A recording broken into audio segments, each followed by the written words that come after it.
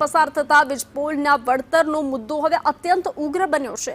છેલ્લા 15 દિવસથી વળતરના મુદ્દે શાંતિપૂર્ણ વિરોધ કરી રહેલા ખેડૂતોએ હવે આર-પારની લડાઈ લડવાનો નિર્ણય કર્યો છે। પોતાની પડતર માંગણીઓ સંતોષવા માટે જેતપરના ખેડૂતોએ ગાંધીનગર કૂચ માટે એક વિશાળ ટ્રેક્ટર રેલીનું આયોજન કર્યું છે।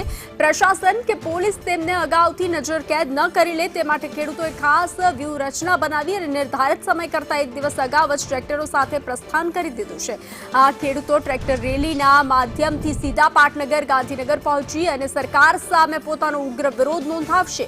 ઉલ્લેખનીય છે કે રાજ્યના અન્ય ભાગોની જેમ મોરબીમાં પણ વીજ કંપનીઓની કામગીરી સામે ખેડૂતોમાં લાંબા સમયથી મોટો આક્રોશ જોવા મળી રહ્યો છે।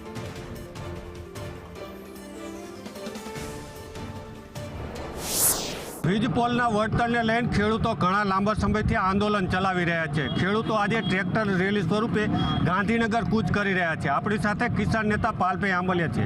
પાલભાઈ, આજે ટ્રેક્ટર સ્વરૂપે ગાંધીનગર કૂચ કરી રહ્યા છો, શું કહેશો? અગાઉ અમે અનેક વખત કહી ચૂક્યા છીએ।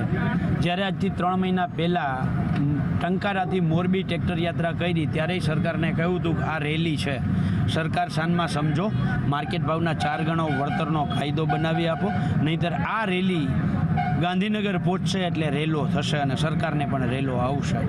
એટલે જે અગાઉ કહ્યું છે એ જ મુજબ અમારી માંગ બહુ સ્પષ્ટ છે। ખેડૂતોના દેવા માફ કરો, ઉદ્યોગપતિઓના થાય, ખેડૂતોના હું કામ ના થાય?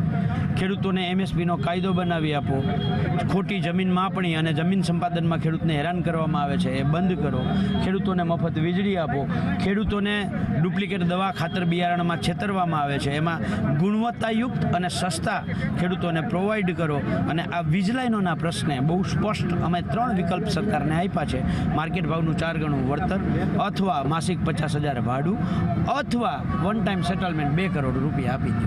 અમને શાંતિપૂર્ણ રીતે સંદેશના માધ્યમથી જે લોકો ટ્રેક્ટર લઈને આવે છે, જે લોકો પોતાના વાહનો લઈને આવે છે, એને એકમાત્ર વિનંતી છે, ગાંધી ચિંધ્યા માર્ગે આપણે લડાઈ છે, આપણે કોઈ હળદળકાંડ નથી કરવું, આપણે કોઈ ઉશ્કેરણીજનક વાત નથી કરવી। સરકાર શાનમાં સમજશે, આજે નહીં તો કાલે સમજશે, અહિંસામાં જે તાકાત છે એ હિંસામાં નથી। આ માંગ અમારી કાયદા મુજબની છે ને એના માટે અમે લડવા જઈએ છીએ।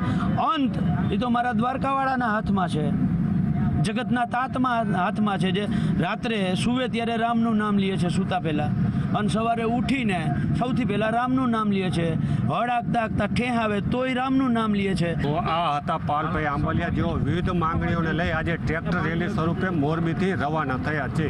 જગદીશ પરમાર, સંદેશ।